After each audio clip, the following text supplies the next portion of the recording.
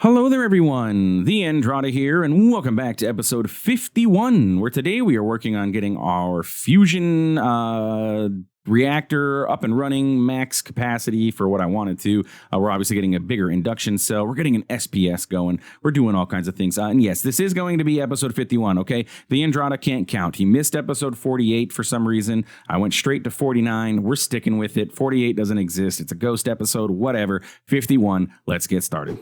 Welcome back, my friends, to another wonderful day here in the world of TheAndrata, where we really got to figure out how to make it stay day all the time, because we are producing tritium, and we need that tritium to stay active for us.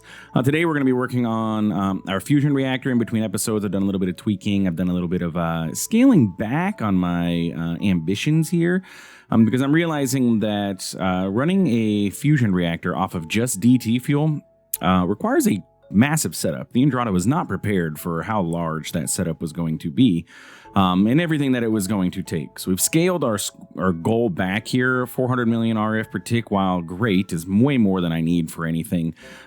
So I think that we're just going to go ahead and scale it back and see where we can end up by just maxing out tritium, deuterium plus DT fuel, but at that 98 millibucket per tick rate that we can inject into our reactor, and then see how much power that gets us. I think that's going to be where we're going to go with this. So if we pop on over to, I might as well just use this. If we pop on over to our evaporation towers, you're going to see I've added 2 more evaporation towers.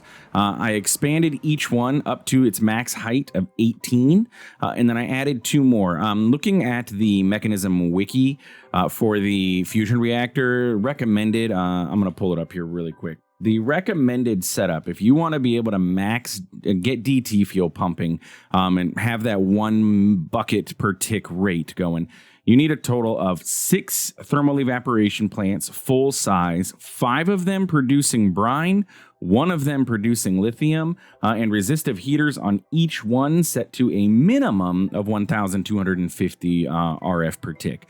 I have 3 here going, and I've set them each to 2048 RF per tick, and we're keeping up with my production here. We actually have a small backstuffing of liquid lithium. Not much, but a very small backstuffing of liquid lithium, which honestly doesn't make any sense to me. That should be pulling out of there and coming into each of these machines, because none of them are completely full. But they're operating, I guess, as fast as they can. They all have upgrades and everything. I don't understand. But you can see here we've expanded our tritium production. Each one of these is making at about 32, except for this one at 39 for some reason. But we're looking at about 32 millibuckets per tick, and we have 9 of them. So 9 times 3 is 27. So we're producing about 270-ish millibuckets of tritium per tick, which is not very much. In order to make the DT fuel production, we would need to basically double this. We need 512 millibuckets of tritium being produced every tick, plus a little bit of buffer, because we have nighttime. If it starts raining, anything like that happens over here, it's going to slow down our production. So we would want at least double this amount of solar neutron activators, plus a couple bonuses, just to be safe. Plus, we need to expand our setup over here. But I think right now, for what we have, is perfectly fine. So that's producing our tritium. If we pop down into our... Oh, excuse me. I did not double tap that. I don't know why I started falling. If we pop over to our unlimited fuel setup, you're going to see over here I have our chemical infuser currently producing DT fuel, and it's producing at 128 millibuckets right now. I pulled out 2 of the speed upgrades. Every speed upgrade you put in there doubles the speed. So it starts out at 2 millibuckets, then 4, then 8, 16, 32, 64, then 128 for the 6th one. We need 98 at a minimum. So we have a surplus of DT fuel technically, but I think we're going to be okay with this. I think we should be okay. And we have a net gain on our deuterium here. Or I'm sorry, our tritium. We are positive on our tritium, even though we are producing DT fuel there. So if we pop into our actual reactor itself, you're going to see here that I have the reactor set up, deuterium. I have DT fuel coming in through the back, tritium on this side. Obviously, it is currently running, and we're producing 44 million RF per tick as it stands now.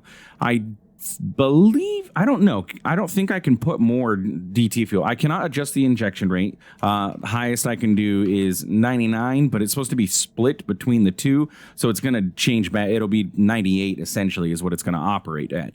And the DT fuel, the fact that I have a surplus of DT fuel inside of here tells me that the DT fuel is injecting at 98 millibuckets.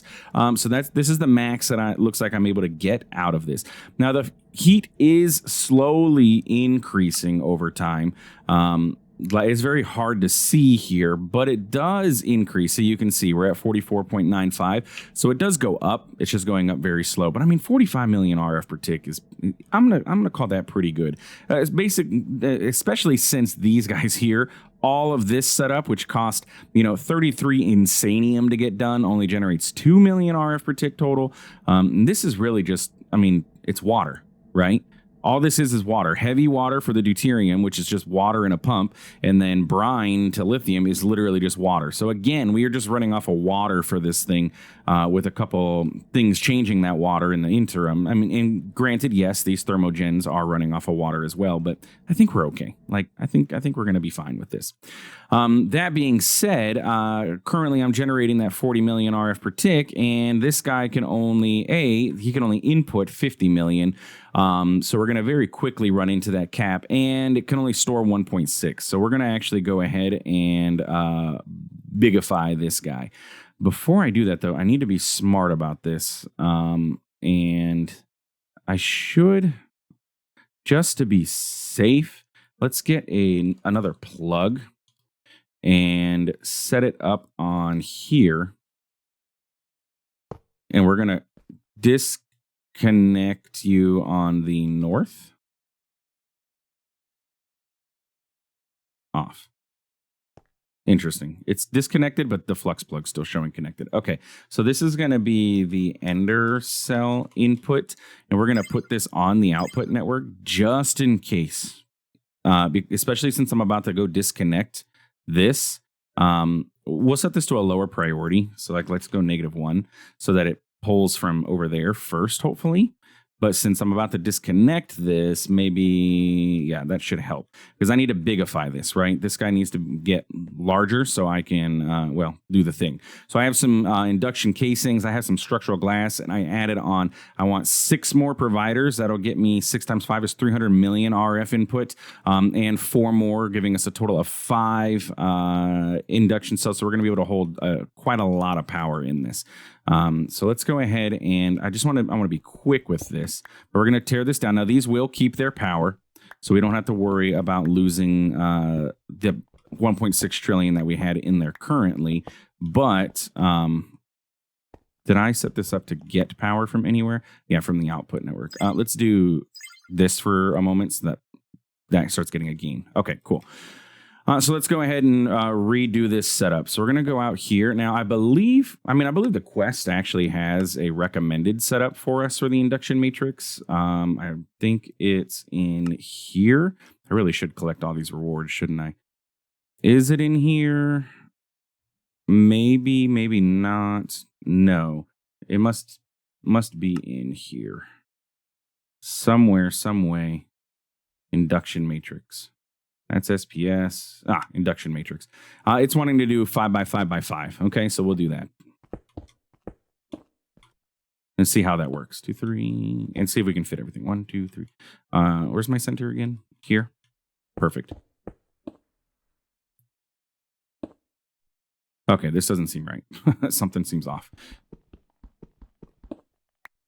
I should have checked for center before I started building. Okay, can we let's start back this over. Jeez Louise, TheAndrata. It's not that complicated. 1, 2, 3, 4, 5. Jeez. Bum bum bum bum bum bum bum bum bum bum bum bum ba-da-da-dum. Okay. So there we go. We've got that going. Now we do have the ability to put structural glass in here, so we'll do that. Make it look nice. 1, 2, 3, 4, 5. 2, 3, 4, 5. 2, 3, 4. I got to pay attention to make sure that we don't go dark.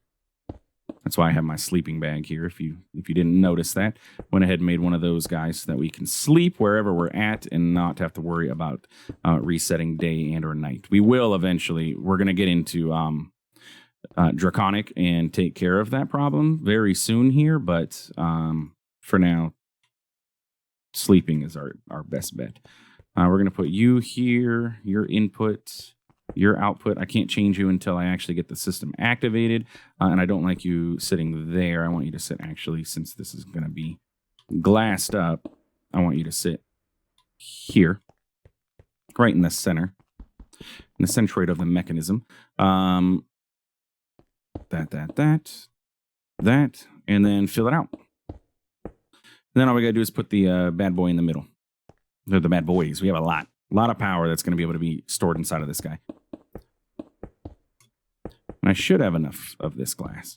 I made extra just to be safe. And then let's get the internals in here. So we're going to go ahead and grab our, seeing that induction cell has power. That's why it is separate. It's got NBT data. So we'll go ahead and do this. And then something like this. And then these guys can go ahead. There are 7. 1, 2, 3, 4, 5.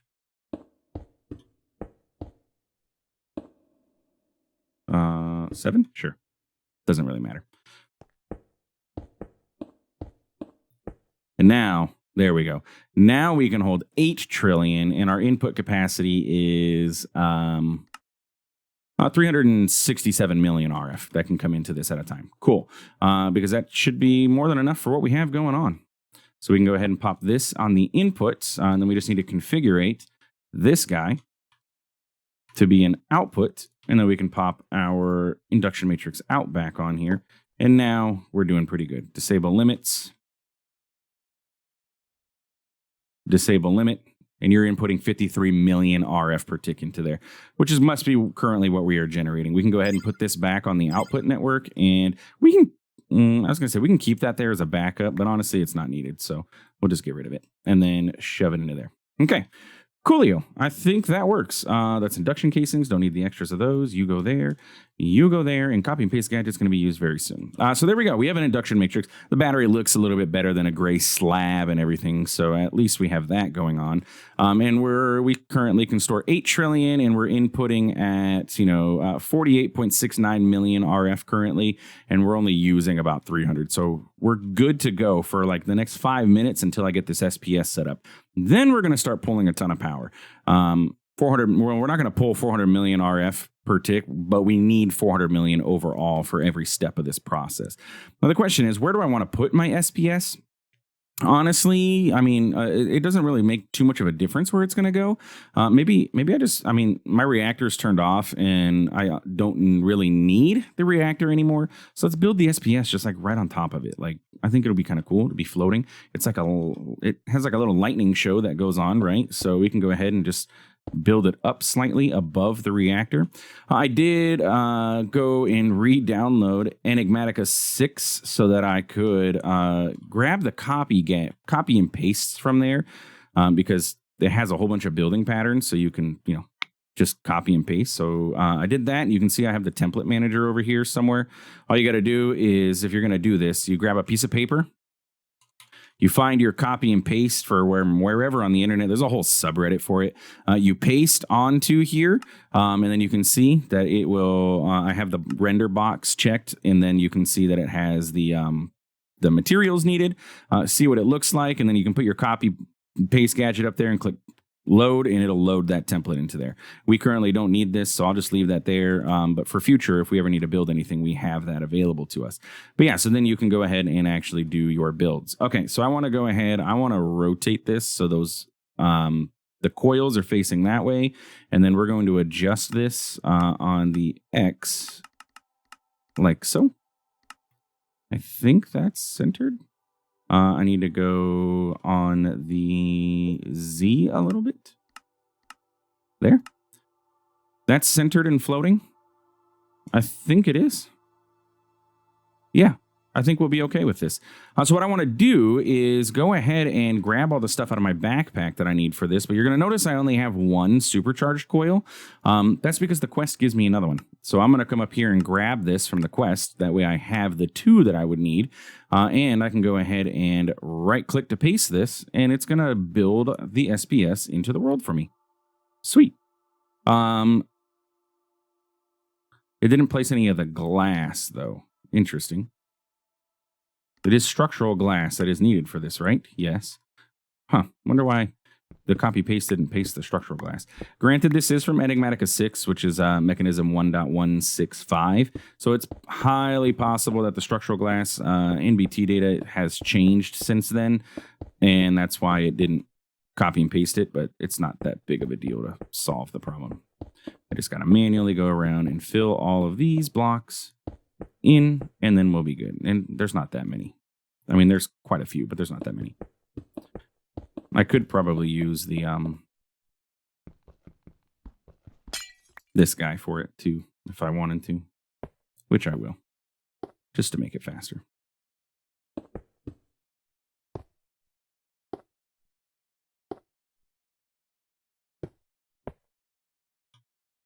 Okay, so it's supposed to make it faster, but it's honestly making it more complicated. There we go. Okay, and you know, the building gadget build to me mode probably would have just been much better to do overall.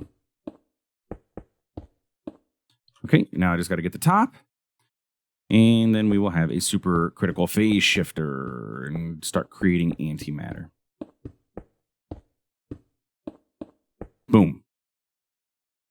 Hello? Sir?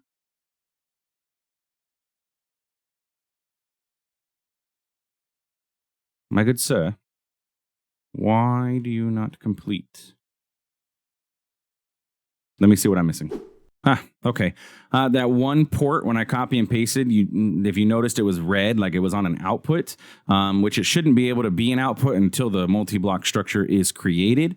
And so I just took it out and put it back in, and now we have a valid SPS. So now I can go ahead and actually configure that to be an output if I so chose. Now I don't need the input here. I don't plan on putting anything into this. In order to create antimatter, we don't have to feed anything into this, I don't believe. It's just, oh no, I'm sorry, we do. We have to feed polonium into this. So I do need an input of polonium. I do have, so I do need to kick my reactor on then, don't I? Because I need polonium. I don't need plutonium. We're going to go ahead and turn this guy, just turn him off. And we want all of the polonium to be created as much as we can. And no, we don't want this anymore. We don't need the dust. We just want polonium itself. So we can actually go ahead and, right, we just need polonium as a gas. So I'm going to go ahead and turn this off as well. We'll grab a quantum entangloporter, technically two. We'll go ahead and clean up inventory a little bit so that it's a little easier. You and you. You. We'll grab this one. Pop it here.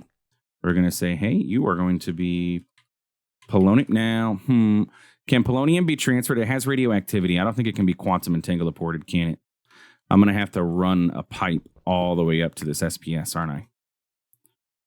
Unless I use a entangled block. Don't I have an entangled block floating around somewhere?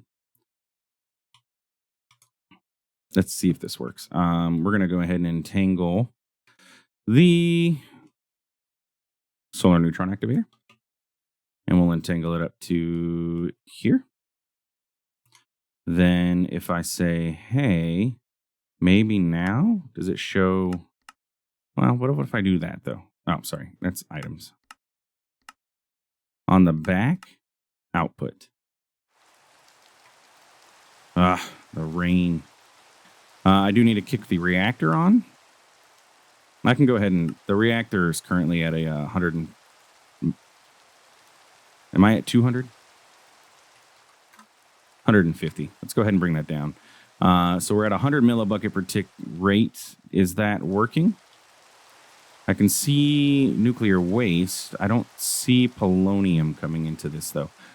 You know why? Because polonium is probably coming into here first. Once this back stuffs, maybe it'll output to the back. Let's just stop. No, it's just, I was hoping that would work. If I entangled this, I was hoping that it would be able to push to there. I might be able to get it to pull if I entangle it. What if I set a pressurized tube? Maybe that would work.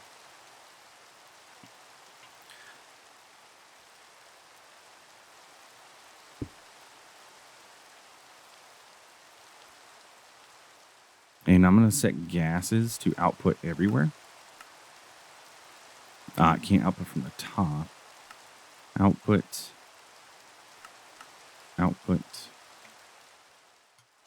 Can I get a pressurized tube to hook up anywhere? Yes, it can on the side.